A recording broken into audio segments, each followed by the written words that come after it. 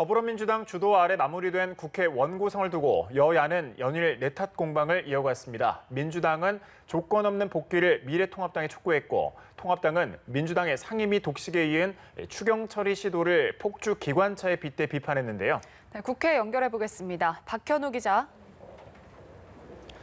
네, 민주당은 원구성 완료 이후에도 국회로 돌아오지 않고 있는 통합당을 향해 국회 발목 잡기 의도를 아직도 포기하지 않고 있다며 날을 세웠습니다.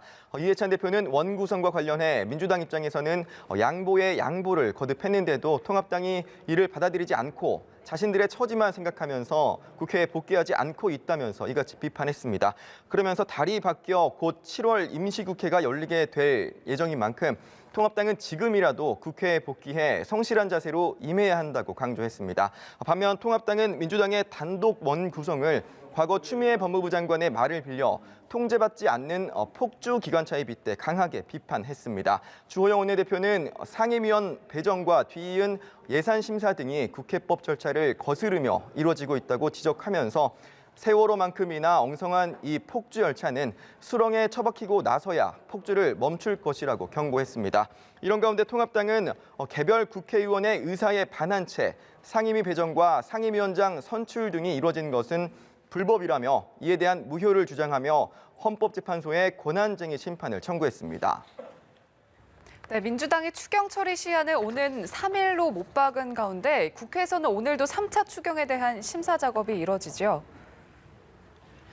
네, 추경에 대한 각 상임위별 심사에 이어 전체 회의를 열어 종합정책 질의를 끝마친 예결특위는 오늘 오후에는 예산안 조정 소위를 열어 추경안 세부 심사에 착수합니다.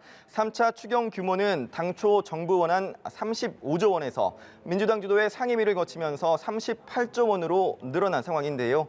오늘 예결위 조정 소위에서는 38조 규모의 예산안 중 우선 삭감할 내용은 어떤 것들이 있는지 들여다보게 됩니다. 특히 등록금 반환과 관련한 대학 간접 지원 예산에 대한 집중 논의도 이뤄질 것으로 예상이 되는데요. 이를 포함해 오늘과 내일 감액과 증액 심사를 거치게 되면 3차 추경 규모의 윤곽이 확정될 것으로 보입니다.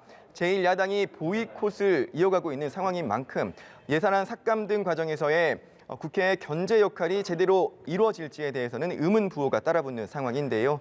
통합당은 35조 원에 달하는 추경을 불과 사나흘 만에 심사에 처리한다는 것은 청와대와 정부 요청에 들러리 서는 것밖에 되지 않는다며 참석하지 않겠다는 뜻을 분명히 했습니다.